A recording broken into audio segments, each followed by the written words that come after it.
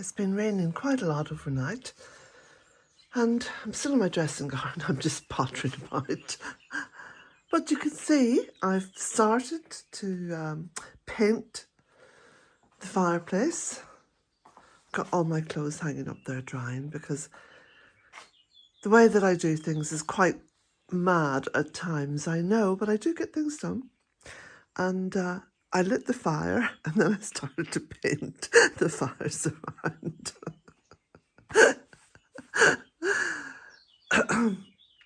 My grandmother would have said something about that, but I'm not going to repeat it.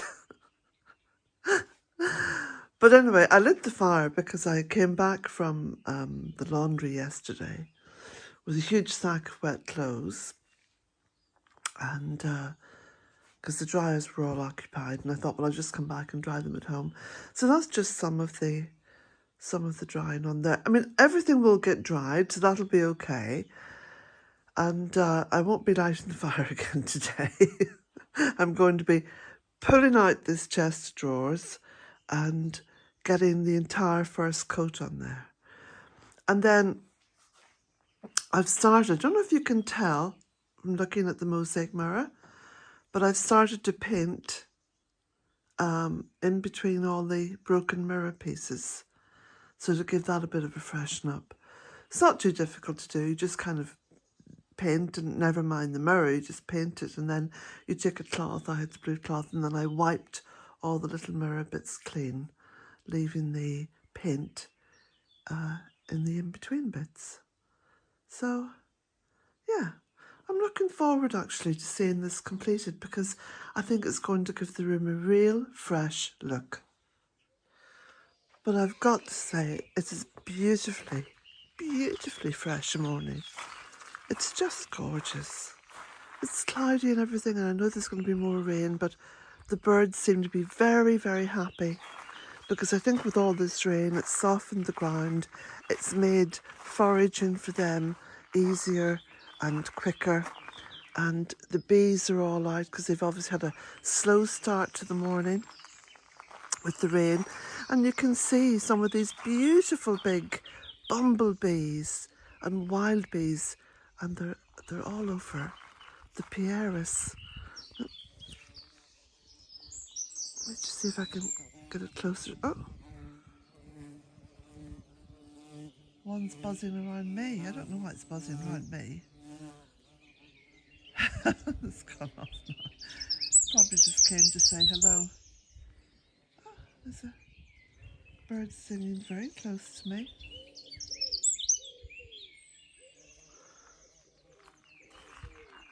Oh, that could be the little wren. Now I'll show you. You see there's a little gird there. There's a little painted gird there. And the little bird's made a nest in it. And you see, isn't that beautiful? A thing of beauty is a joy forever.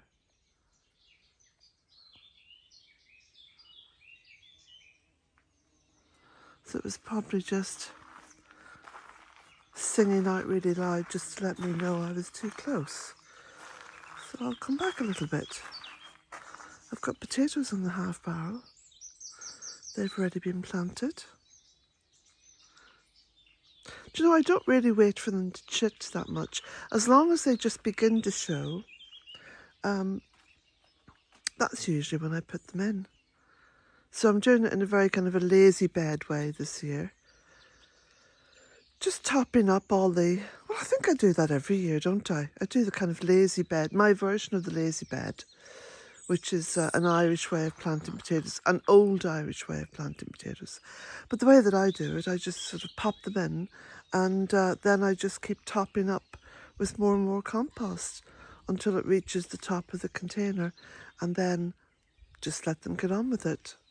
Let them go. And look,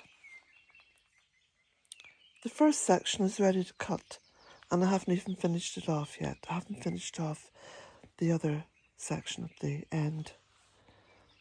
See how fast it grows?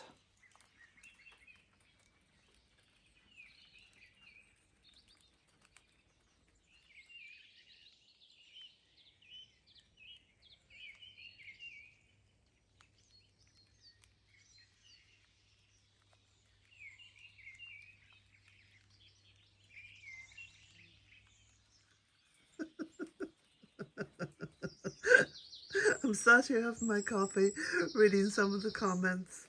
I think this one was from yesterday's video, but I'm not too sure. You'll have to seek it out yourself. Anyway, I've left Irina an answer. Okay, so Irina's question to me was,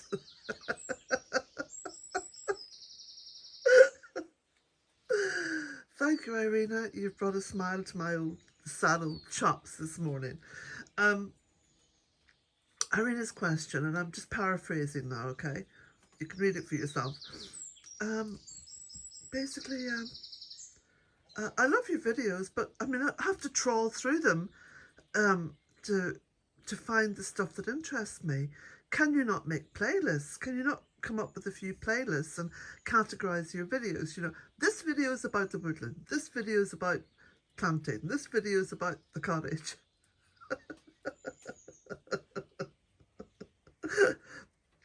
Okay, so, hey, folks, this is a peep into my crazy head now, okay? When I make a video, when I decide to take up my camera or take up my phone and just let it roll, I just let it roll. I have no script. I have no agenda. Well, very, very rarely. Sometimes I'm a bit cross about something and I say, you know, hang on to your seatbelts because I've got something to say here. But I have no agenda. I just wander about.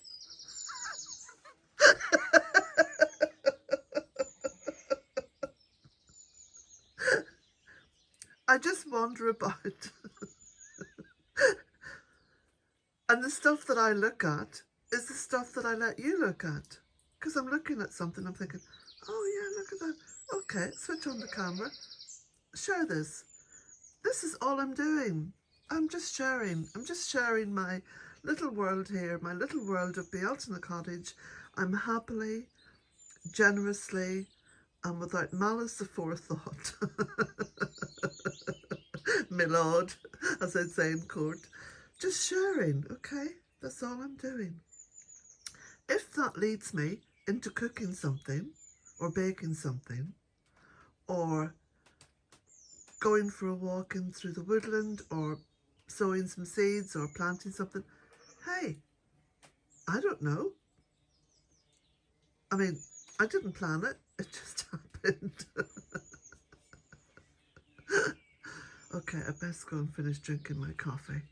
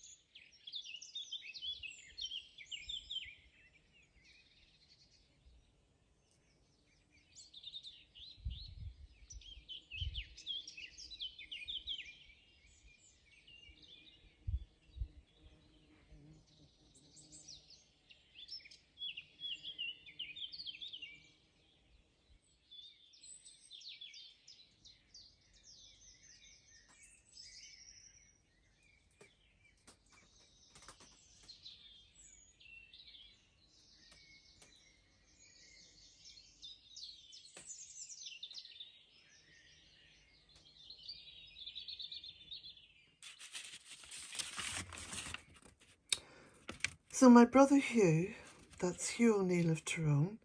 He's a poet and a bit of a hermit. He lives not too far from here. He wrote this beautiful poem about the bog oak because he knows that I'm working with it and he loves to work with it too. I think he's making me a little special little bog oak pendant at the moment. He does take ages, but then he is a recluse and a great eccentric and a poet, so we'll forgive him all that. So he wrote this beautiful poem. It's called Heartwood. As you can see, he's written it out on a piece of paper, and he gave that to me last week. Carbonised bog oak, black as jet, brittle-edged as rusted metal, several thousand years slowly shape-shifting, entombed in the compressing embrace of dark, waterlogged peat. Deep beneath the living bog, cauldron of the earth. This once majestic oak tree stood, fortress of muscled branches, girthing mighty trunk, green canopy towering high to the firmament, haven heart of the forest for generations of woodland life.